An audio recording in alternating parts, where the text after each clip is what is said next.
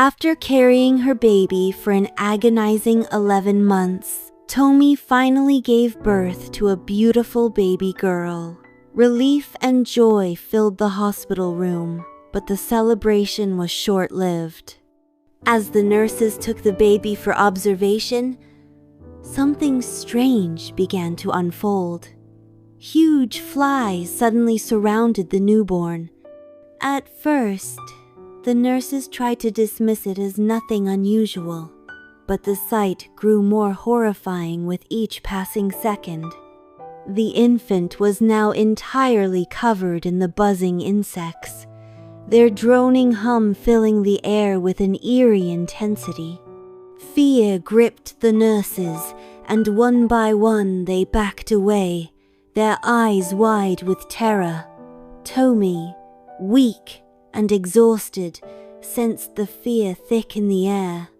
From her hospital bed, she saw the hesitant, fearful glances exchanged between the staff. Her heart pounded as she forced herself to sit up. "What's going on?" she asked, her voice shaking.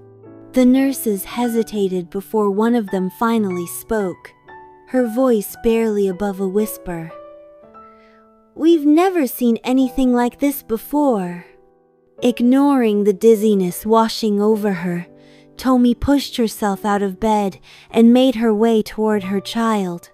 Her breath caught in her throat when she saw her baby, her tiny body swarmed by the grotesque insects. Without hesitation, she grabbed her child, desperately swatting and killing the flies. It took minutes long, agonizing minutes before they finally disappeared. The room fell silent. The nurses, still too afraid to come near, stood at a distance, whispering among themselves. Tomy held her baby close, her hands trembling as she gently rocked her. Her newborn stopped crying, and Tomy, despite the lingering fear in her heart, whispered prayers over her child. Deep down, she knew something was terribly wrong, but she refused to let anyone judge her baby. This was her miracle after an unbearably long pregnancy, and she was determined to protect her at all costs. Moments later, her husband, Faye, returned, his arms full of supplies, his face lit up with joy at the sight of their daughter. "How's my little princess doing?" he asked, stepping closer to the crib. Tomy hesitated. The sight of his happiness made it impossible to tell him about the flies. Instead, she forced a smile and watched as he cradled their daughter. Her heart pounded as she waited, fearing the flies would return. But nothing happened. The baby slept peacefully in Faye's arms, her tiny fingers curling around his. Days passed, and nothing unusual occurred. The hospital discharged Tomy and her baby, and they returned home, only to be greeted by an unexpected presence fee's mother, Mama Faye. Tomy's heart sank. They had agreed that her own mother would come to care for the baby. Seeing Mama Faye at the doorstep sent a wave of frustration through her, but she forced a smile. Mama Faye wasted no time, stepping forward and reaching for the baby. "Oh, look at her! So beautiful, just like her father," she cooed, showering the child with praises. Tomy clenched her fists. This was supposed to be her mother's moment, yet Mama Faye had taken it upon herself to be here. "Mama, my mother was supposed to come first," Tomy said carefully, her voice betraying her frustration. Mama Faye's expression darkened. "You think you know everything, Tomy," she snapped. "I'm not just here as a grandmother. I'm here to make sure my grandchild is raised properly, unlike you. Your mother did a terrible job raising you." Tomy stood frozen, stunned into silence, as Mama Faye stormed off. That night, Tomy lay in bed, her baby sleeping soundly beside her. Faye, unaware of the tension, had dozed off downstairs.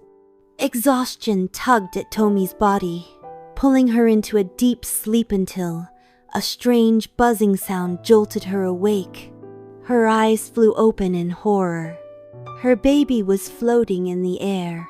Surrounded by the flies once again, the newborn hovered above the bed. The deafening buzzing sent shivers down Tomy's spine. A scream tore from her throat, shaking the entire house. Faye burst into the room, his face paling at the sight before him. His chest heaved, struggling to process the terrifying scene. His mother, hearing the commotion, rushed in only to freeze in shock as the baby floated, the swarm of flies thick around her. Panic erupted. No one knew what to do. Then, as suddenly as it started, the flies vanished, and the baby gently descended back onto the bed.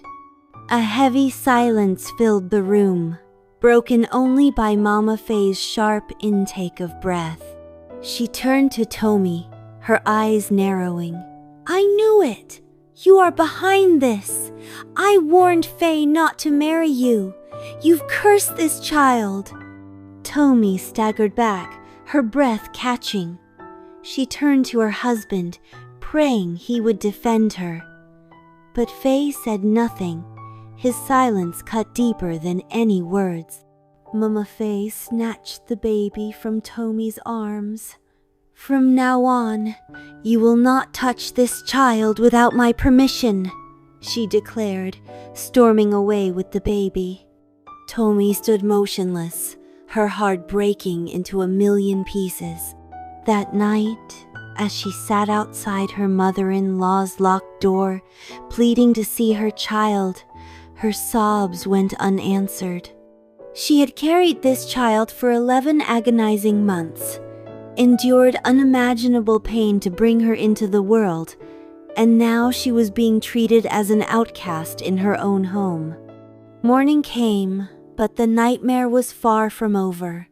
Tomy awoke to a strange sighting, unfamiliar man chanting over her baby.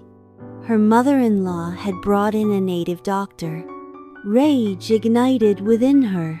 Without thinking, she stormed in, grabbing her baby from the floor. The native doctor raised his hand to curse her, but something went horribly wrong. He let out a blood-curdling scream. His eyes rolled back, his body convulsing. In a matter of seconds, he went mad, tearing at his own skin and running wildly through the house. The entire family stood in shock as they watched him descend into madness before their very eyes. Tomy clutched her baby tighter, ignoring the stunned expressions around her. Without a word, she locked herself in her room and called her mother. "Come and get me, Mama. I can't stay here anymore." Her mother arrived swiftly, her fury evident. "What have you done to my daughter?" she demanded, facing Mama Faye and Faye. Mama Faye, still shaken, pointed at Tomy. "She made the native doctor go mad. She's a witch!" Tomy's mother scoffed. "Or maybe it's because evil cannot triumph over good." Without another word, she took Tomy's hand. "We're taking this child to church. Enough is enough." Mama Faye tried to stop them, but Tomy's mother's voice rang with authority. "Step aside, or come and see God's power for yourself."